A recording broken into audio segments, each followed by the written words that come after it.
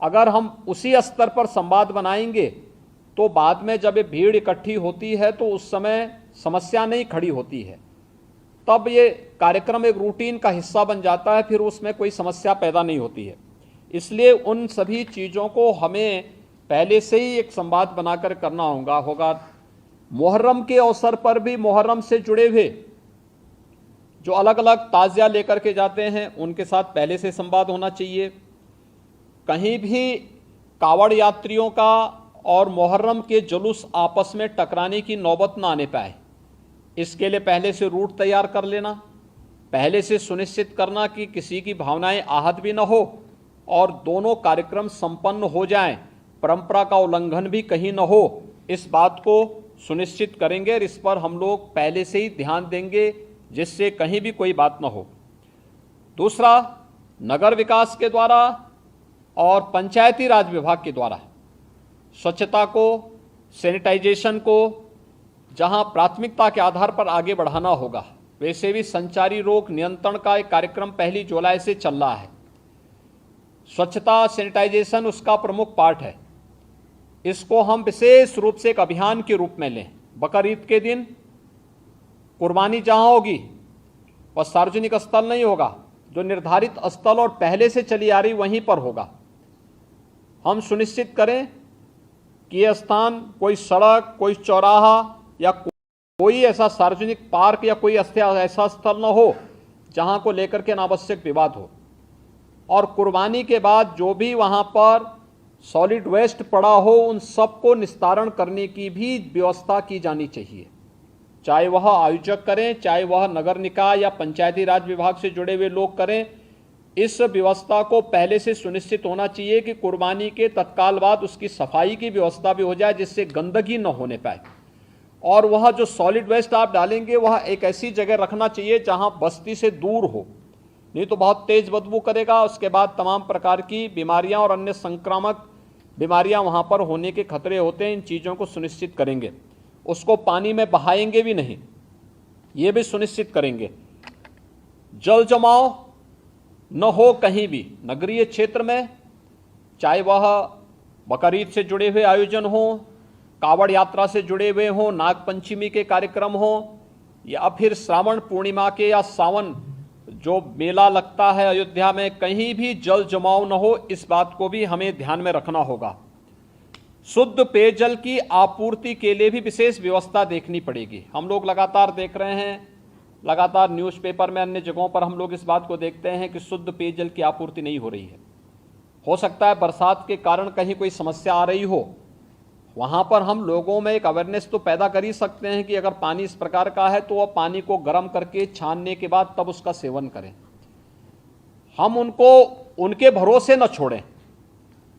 बच्चे बीमार हो सकते हैं, कोई अन्य समस्या खड़ी हो सकती है, उस पर हम ध्यान दें। स्ट्रीट लाइट की व्यवस्था, बरसात के समय में वैसे भी इसके बारे में हमें अलर्ट रहना पड़ेगा। नगर निकायों को भी जहां जहां ये आयोजन हो और कावड़ यात्रा से जुड़े हुए जितने भी रूट हों वहां पर भी स्ट्रीट लाइट की व्यवस्था ठीक हो। सुरक्षा के प्रति अत्यंत सतर्क रहना पड़ेगा, पेट्रोलिंग बढ़ाना पड़ेगा, सोशल मीडिया पे नजर रखनी पड़ेगी। और कोई भी व्यक्ति भड़काऊ बयान देता है या कोई भी ऐसी बयानबाजी करता है जो सुरक्षा के लिए या किसी समुदाय की भावनाओं को आहत करके उसे भड़काने की कार्रवाई कर रहा है, तो हमें कार्रवाई करने से हिचकना नहीं चाहिए और बहुत सख्त कार्रवाई उन स्थितियों में हमें करनी चाहिए। दूसरा, विद्युत विभाग से जुड़ा हुआ है जिसमें विद्युत की आपूर्ति अनवरत बने। जर्जर पोल और तार को पहले से हम रिप्लेस कर लें, उसका मरम्मत आदि का काम कर लें, जो भी हमें करना हो उसको हम कर लें। सड़कों की मरम्मत सुनिश्चित कर लें, ये ग्रामीण हो, शहरी क्षेत्र की सड़कें हो, जिन सभी संबंधित विभागों से हो, जिलाधिकारी और मंडलायुक्तगण इन सब की समीक्षा जनपद स्तर पर सुनिश्चित कर लें कि कहीं भी और जवाबदेही के साथ करवाएं। जल जमाव न हो, गंदगी न हो, सड़कों में गड्ढे न हो, इन बातों को हम सुनिश्चित करें। मीट मछली कावड़ यात्रा की रूट पर न हो, अच्छा होगा। अनावश्यक उसके कारण उत्तेजना पैदा हो सकती है, या उस रूट पर कोई ऐसा कार्य न होने पाए, क्योंकि कभी कभी लोग शरारतन कर देते हैं कि उस रूट पर ही किसी प्रतिबंधित पशु को मार करके फेंक देते हैं, जिससे वे लोग उत्तेजित हो सकें, क्योंकि जो शरारती तत्व हैं वो हर प्रकार का संभव प्रयास करेंगे। हमें उसके प्रति सतर्कता बरतनी चाहिए। ऐसे ही वह जो कार्यक्रम जो भी हो परंपरागत तरीके से हो, कुर्बानी प्रतिबंधित स्थलों पर न हो, या कावड़ यात्रा भी परंपरागत रूट से ही जाए, परंपरागत रूट से हटकर जाने की परमिशन हम कतई न दें। और पहले से हम उन सब के साथ संवाद बना लें कि जबरदस्ती जो रूट नहीं है उस रूट पर जाने का कोई भी प्रयास न करें। इन बातों को हम सुनिश्चित करेंगे हर जनपद में, और जहां पर इन सभी कार्यक्रमों के लिए हो विशेष कंट्रोल रूम की स्थापना करके निश्चित उसकी वहां पर नियमित समीक्षा भी की जानी चाहिए। पीस कमेटी की बैठक के बारे में मैंने पहले कहा। यातायात प्रबंधन के बारे में भी जहां आवश्यक हो वहां पर हमें लोकल स्तर पर उसकी व्यवस्था सुनिश्चित करनी चाहिए। अंतर जनपदीय समन्वय के साथ ही अंतर्राज्यीय समन्वय को भी हम प्राथमिकता दें। खासतौर पर पश्चिमी उत्तर प्रदेश में गाजियाबाद से हरिद्वार के बीच में जो कावड़ यात्रा चलेगी, इस कावड़ यात्रा के रूट में अगर आप देखेंगे तो दिल्ली से, पंजाब से, हरियाणा से, राजस्थान से और भी अन्य स्थलों से काफ़ी बड़ी संख्या में कावड़ यात्री आते हैं। अच्छा होगा उन राज्यों के साथ हम पहले से संवाद बना लें, संवाद बना करके उनको राज्य सरकार के द्वारा क्या क्या नियम बनाए गए हैं उसके पालन के बारे में उनको बता दें। दूसरा, जो मैंने पहले भी कहा स्वास्थ्य विभाग में, कि जो लोग कोविड से इन्फेक्ट हुए थे सेकेंड वेव के दौरान, वह लोग बहुत लंबा पैदल चलने का प्रयास न करें। अनावश्यक रूप से उनके जीवन के साथ खिलवाड़ हो जाएगा।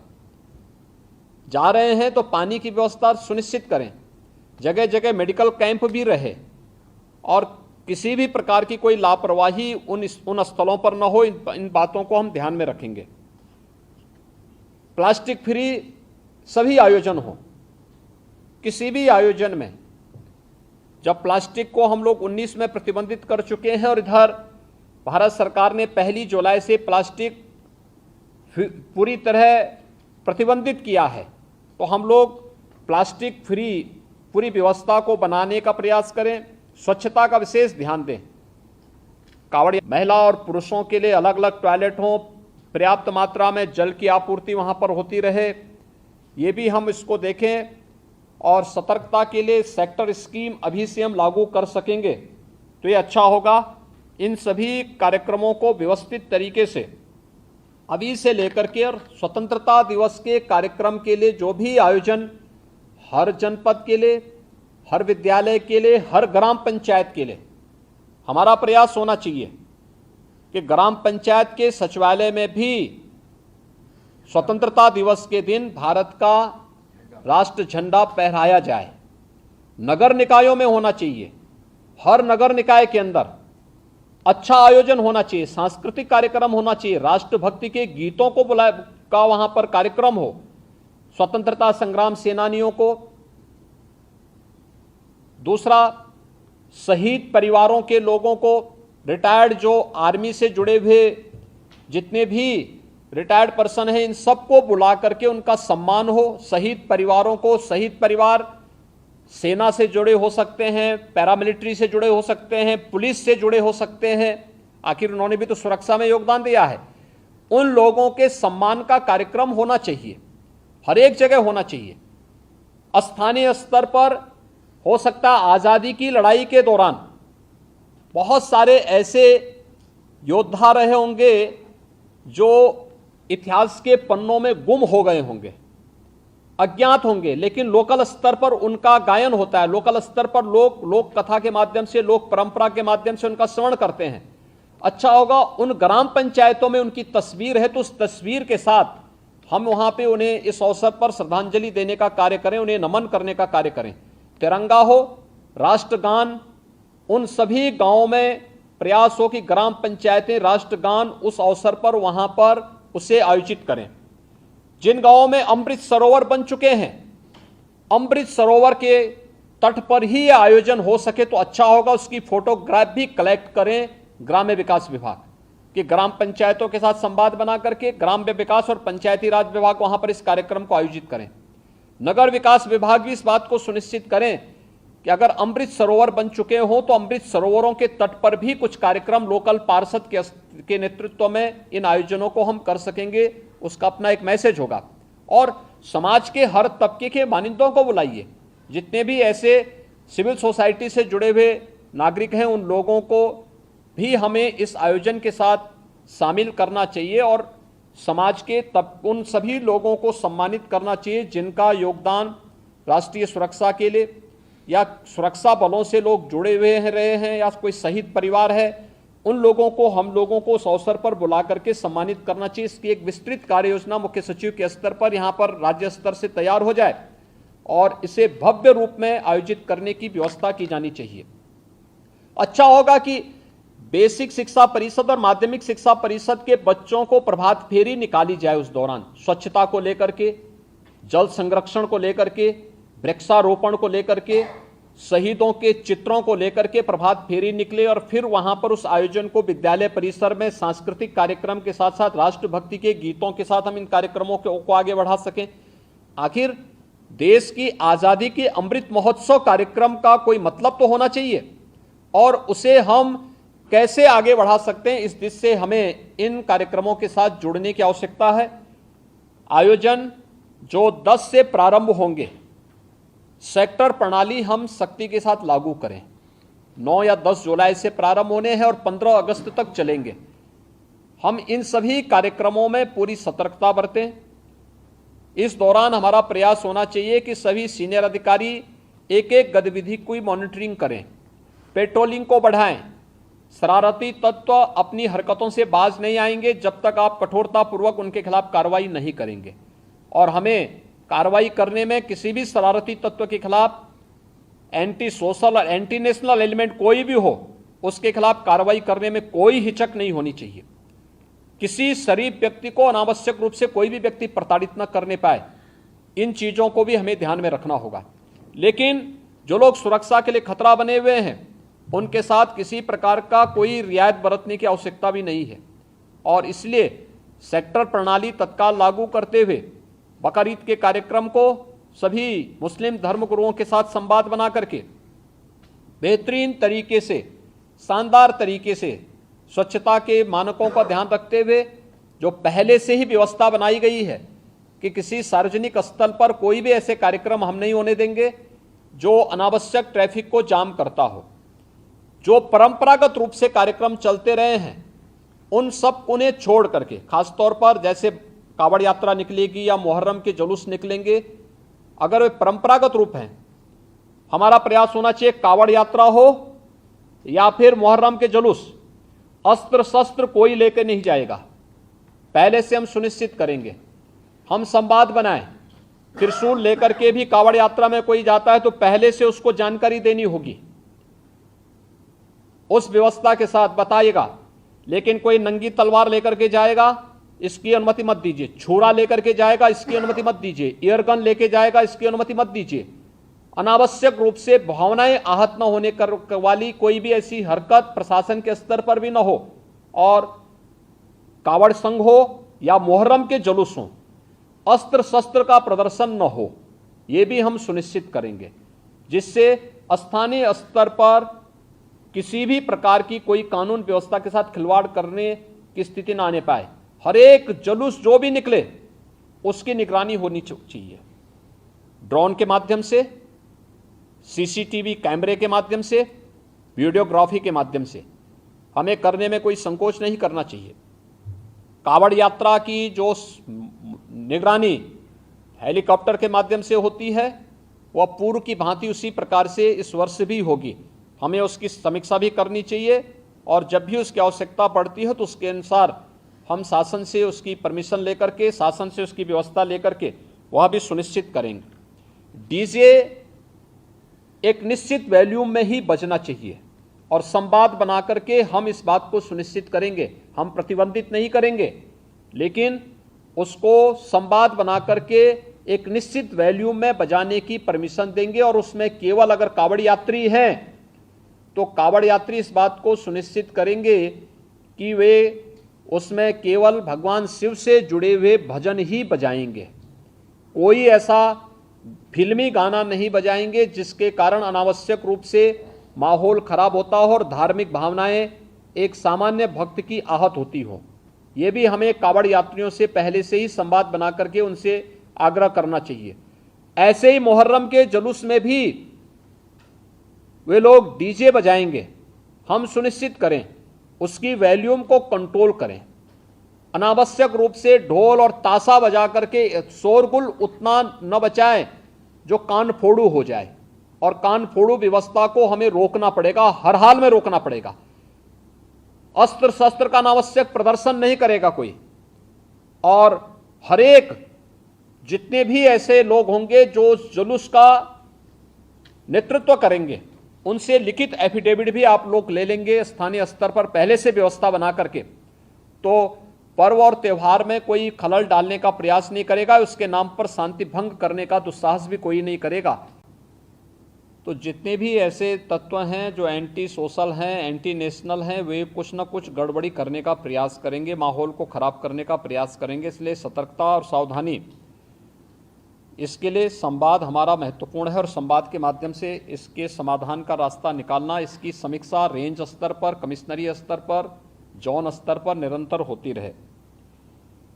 पर्व और त्यौहार कोई भी हो, शासन की जिम्मेदारी बनती है वहां पर सुविधा देना और सुरक्षा का बेहतर माहौल देना।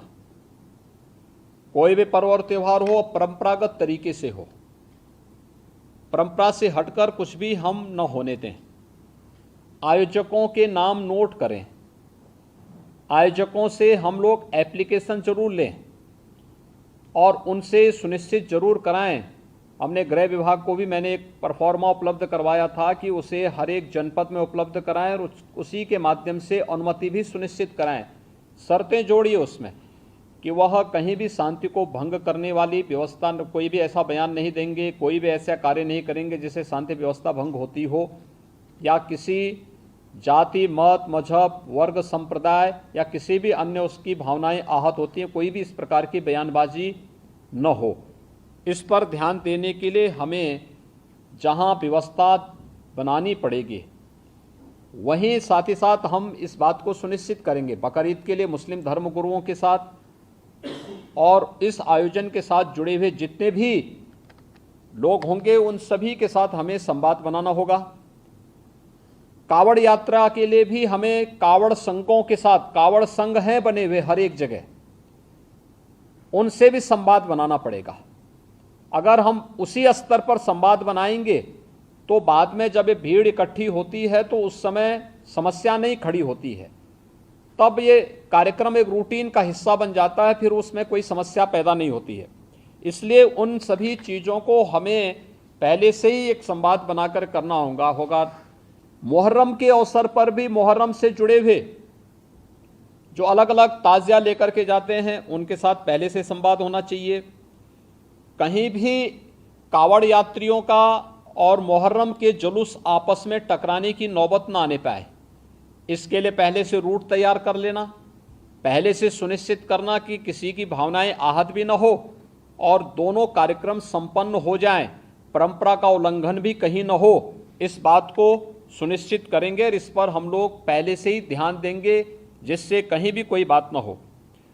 दूसरा, नगर विकास के द्वारा और पंचायती राज विभाग के द्वारा स्वच्छता को, सैनिटाइजेशन को जहां प्राथमिकता के आधार पर आगे बढ़ाना होगा, वैसे भी संचारी रोग नियंत्रण का एक कार्यक्रम 1 जुलाई से चल रहा है।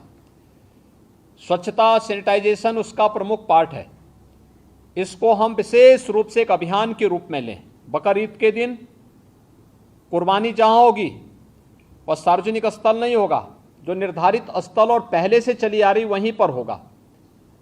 हम सुनिश्चित करें कि यह स्थान कोई सड़क, कोई चौराहा या कोई ऐसा सार्वजनिक पार्क या कोई ऐसा स्थल न हो जहां को लेकर के अनावश्यक विवाद हो।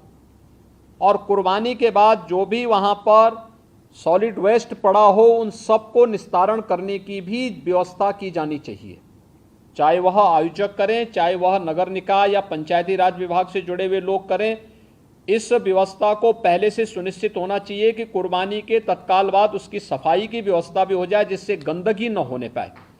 और वह जो सॉलिड वेस्ट आप डालेंगे वह एक ऐसी जगह रखना चाहिए जहां बस्ती से दूर हो, नहीं तो बहुत तेज बदबू करेगा। उसके बाद तमाम प्रकार की बीमारियां और अन्य संक्रामक बीमारियां वहां पर होने के खतरे होते हैं। इन चीज़ों को सुनिश्चित करेंगे। उसको पानी में बहाएंगे भी नहीं, ये भी सुनिश्चित करेंगे। जल जमाव न हो कहीं भी नगरीय क्षेत्र में, चाहे वह बकरीद से जुड़े हुए आयोजन हो, कावड़ यात्रा से जुड़े हुए हों, नाग पंचमी के कार्यक्रम हो, या फिर श्रावण पूर्णिमा के या सावन जो मेला लगता है अयोध्या में, कहीं भी जल जमाव न हो। इस बात को भी हमें ध्यान में रखना होगा। शुद्ध पेयजल की आपूर्ति के लिए भी विशेष व्यवस्था देखनी पड़ेगी। हम लोग लगातार देख रहे हैं, लगातार न्यूज़पेपर में अन्य जगहों पर हम लोग इस बात को देखते हैं कि शुद्ध पेयजल की आपूर्ति नहीं हो रही है। हो सकता है बरसात के कारण कहीं कोई समस्या आ रही हो, वहाँ पर हम लोगों में एक अवेयरनेस तो पैदा कर ही सकते हैं कि अगर पानी इस प्रकार का है तो वह पानी को गर्म करके छानने के बाद तब उसका सेवन करें। हम उनको उनके भरोसे न छोड़ें। बच्चे बीमार हो सकते हैं, कोई अन्य समस्या खड़ी हो सकती है।